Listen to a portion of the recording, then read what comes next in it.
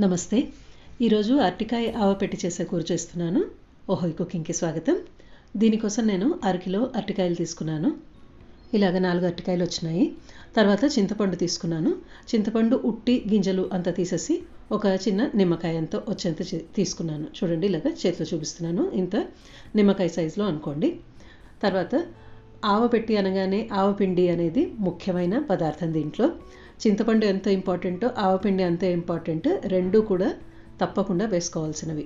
దీనికోసం నేను 1 tea spoon ఆవపిండి తీసుకున్నాను. ఆవాల్ని మిక్సీలో వేసుకుని పొడి చేసేసుకుని ఆ పొడి తీసుకున్నాను. చింతపండులో కాస్త నీళ్లు వేసుకుని దాన్ని నానపెట్టుకోవాలి. అలాగే ఆవపిండిలో కొద్దిగా ఒక 2 టీ స్పూన్లంతా నీళ్లు పోసుకుని ఒక 1/2 టీ స్పూన్ అంతా నూనె కూడా వేసుకుని మొత్తం కలిపి పెట్టుకోండి. ఇలా చేసుకోవటం వలన ఆవ ఘాటు చాలా స్ట్రాంగ్గా వస్తుంది.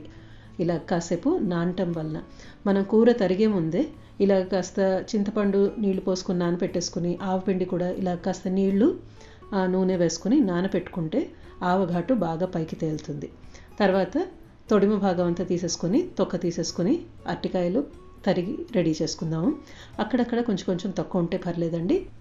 ఈ అరటికాయలు చాలా లేతగా ఉన్నాయి, అందుకని నేను కొంచెం తొక్క వదిలేసి కావాలని ఇలాగా పీల్ చేసుకుంటున్నాను.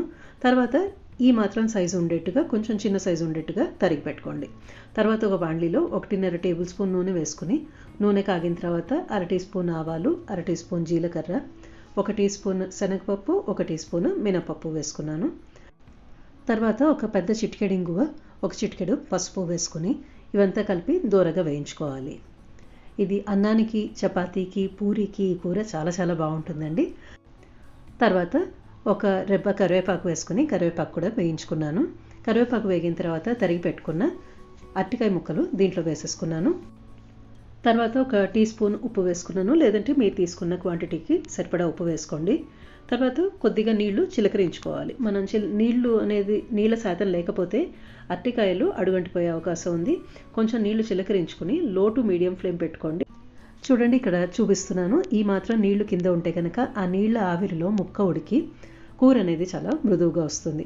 మనకి ఈ ఆవపెట్టి చేసుకునే కూర కొంచెం జ్యూసీగా గుజ్జుగా ఉంటుందండి, పొడిగా ఉండదు. అందుకని కాస్త నీళ్లు చిలకరించుకొని లో టు మీడియం ఫ్లేమ్ పెట్టుకుని మూత పెట్టుకుని ఒక 5-6 నిమిషాలు మగ్గించుకోండి. మధ్యలో కలుపుకుంటూ ఉండండి. నేను ఒక 5-6 నిమిషాలు అయిన తర్వాత చూపిస్తున్నాను. చూడండి, నేను 2-3 సార్లు మధ్యలో కలుపుకున్నాను. చక్కగా ఉడికింది. నేను ఒక ముక్క మెదిపి చూపిస్తున్నాను, 2-3. చూడండి, అన్ని చోట్ల ఏ ముక్క తీసుకున్నా కూడా మెత్తగా ఉడికింది. మనకి ఈ స్టేజ్ వస్తే చాలు. పేస్ట్ అయిపోకూడదు, ముక్కగా నిలవాలి. ఇప్పుడు లో ఫ్లేమ్లో పెట్టుకోండి. లో ఫ్లేమ్లో పెట్టుకొని చింతపండు మనం ఇంతకుముందు నానపెట్టుకున్నాం కదా, దాన్ని నలిపేసి ఇలాగా రసం తీసి దీంట్లో వేసేసుకోండి. ఇప్పుడు కాసేపు లో ఫ్లేమ్లో పెట్టేసి మధ్యలో కలుపుకుంటూ కూరని అలా వదిలేసేయండి. అప్పుడు కూర ముక్కలంతా ఆ చింతపండు ఫ్లేవర్ని పీల్చుకుంటాయి. కాస్త చిక్కపడుతుంది. ఒక 2-3 నిమిషాలు ఇలాగా వదిలేసేయండి. తర్వాత 1 టీ స్పూన్ కారం పొడి వేసుకున్నాను, పొడి కారం వేసుకున్నాను. తర్వాత మనం ఆవపిండి వేస్తాము. ఆవపిండి ఘాటు కూడా ఉంటుంది కాబట్టి దానికి తగ్గట్టుగా మీ రుచికి తగ్గట్టుగా ఈ పొడి కారం అనేది వేసుకోండి. చూడండి, ఇలాగా గుజ్జుగా తయారైంది. కారం కూడా బాగా బ్లెండ్ అయిపోయింది. ఈ స్టేజ్లో ఇలా వచ్చిన తర్వాత ఒకసారి స్టవ్ ఆఫ్ చేసేసేయండి. ఎందుకు అనేది ఇప్పుడు చెప్తాను నేను. స్టవ్ ఆఫ్ చేసి పెట్టుకుని మనం ముందు రెడీ చేసి పెట్టుకున్న ఆవపిండి మిశ్రమం ఉంది కదా, అది ఇప్పుడు దీంట్లో కూరలు వేసేసుకుని మొత్తం కలిపేసుకోండి. స్టవ్ ఆఫ్ చేసిన తర్వాత వేసుకుంటేనే ఇది ఉత్తమం అండి. స్టవ్ ఆన్లో ఉన్నప్పుడు వేసుకుంటే కనుక వేడి తగులుతుంటే కింద నుంచి అది ఆవపిండి కొంచెం చేదు ఫ్లేవర్ని ఇస్తుంది. కొంచెం చేదుగా అనిపిస్తుంది మనకి కూర అనేది. అందుకని స్టవ్ ఆఫ్ చేసేసుకుని ఆ వేడి సరిపోతుంది. మొత్తం ఒకసారి కలిపేసుకొని ఆ పేస్ట్ మూత పెట్టేసుకోండి. ఒక 3-4 నిమిషాలు, ఒక 5 నిమిషాలు మూత అలాగే ఉంచేస్తే కనుక మనకి ఆవ ఘాటంతా ఈ కూరకి బాగా పడుతుంది.